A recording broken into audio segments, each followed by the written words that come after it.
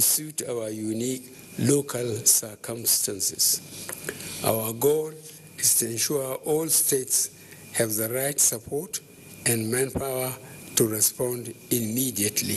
So far in Lagos and Abuja, we have recruited hundreds of ad hoc staff to man all our call centers and support our tracing and testing efforts.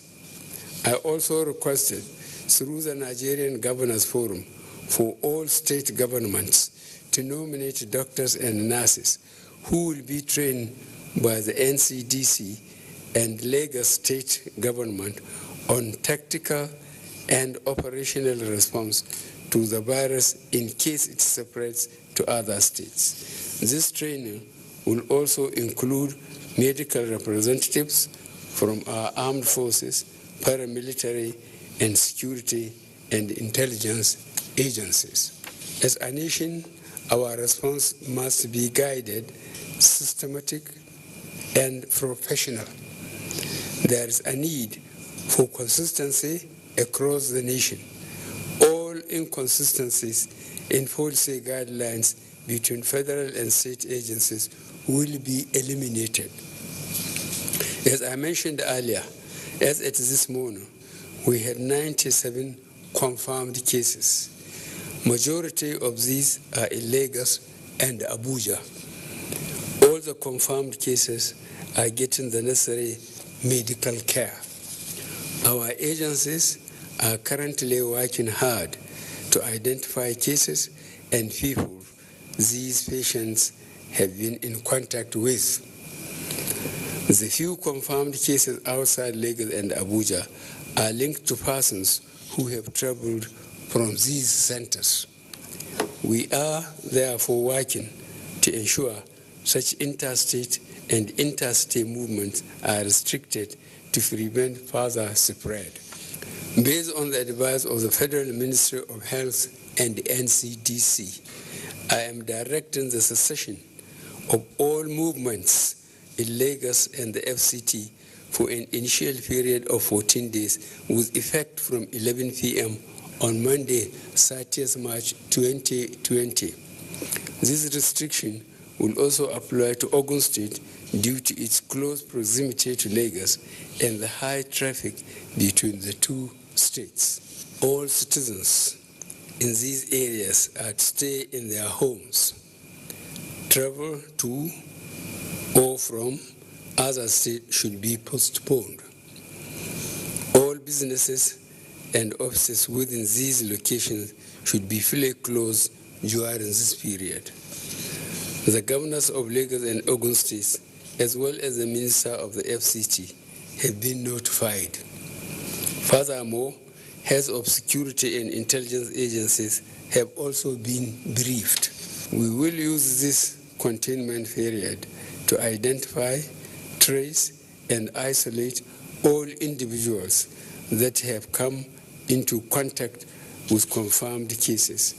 We will ensure the treatment of confirmed cases while restricting further spread to other states.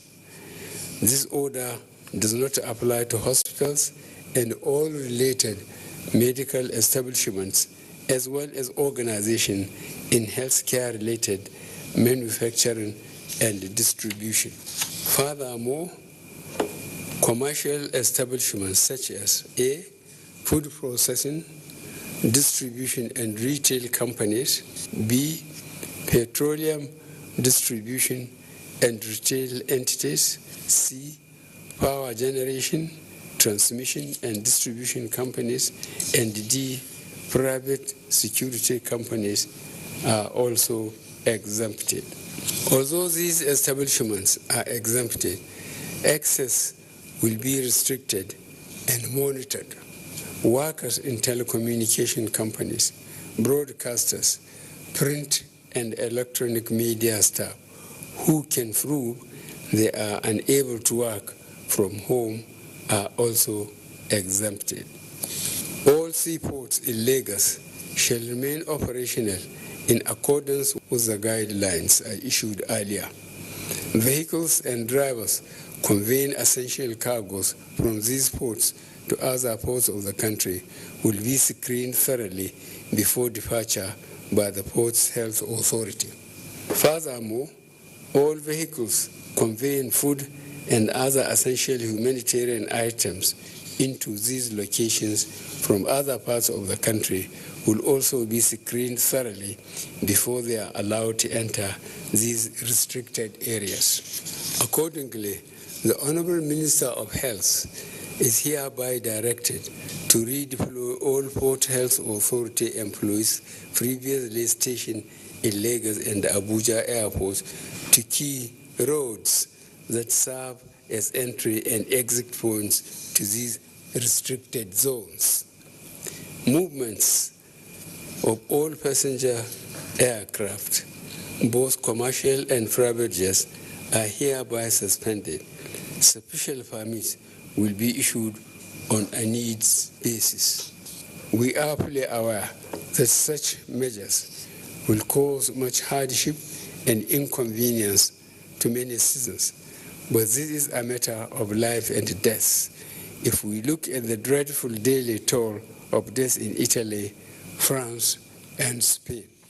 However, we must all see this as our national and patriotic duty to control and contain the spread of this virus. I will therefore ask all of us affected by this order to put aside our personal comfort, to safeguard ourselves and fellow human beings. This common enemy can only be controlled if we all come together and obey scientific and medical advice.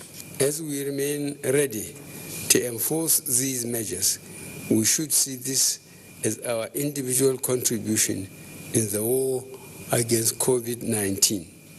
Many other countries have taken far stricter measures in a bid to control the spread of the virus with positive results. For residents of satellite and commuter towns and communities around Lagos and Abuja, whose livelihoods will surely be affected by some of these restrictive measures, we shall deploy relief materials to ease their pains in the coming weeks.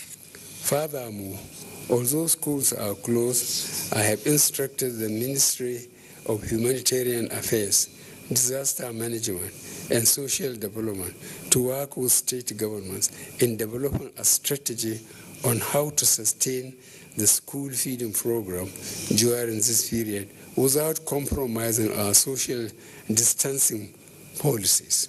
The Minister will be contacting the affected states and agree on detailed next steps. Furthermore, I have directed that a 3-month repayment moratorium for all trader money, market money, and farmer money loans be implemented with immediate effect. I have also directed that a similar moratorium be given to all federal government-funded loans issued by the Bank of Industry, Bank of Agriculture, and the Nigerian Export-Import Bank. For on-lending facilities, using capital from international and multilateral development partners, I have directed our development financial institutions to engage these development partners and negotiate concessions to ease the pains of the borrowers. For the most vulnerable in our society, I have directed that the conditional cash transfers for the next 2 months be paid immediately. Our internally displaced persons will also receive 2 months of food rations in the coming weeks. We also call on all Nigerians to take personal responsibility to support those who are vulnerable within their communities, helping them with whatever they may need. As we all pray for the best possible outcome, we shall continue planning for all eventualities. This is why I directed that all federal government stadia, pilgrims camps, and other facilities be converted to isolation centers and makeshift hospitals. My fellow Nigerians, as a government, we will avail all necessary resources to support the response and recovery. We remain committed to do whatever it takes to confront COVID-19 in our country. We are very grateful to see the emerging support of the private sector and individuals to the response, as well as our development partners.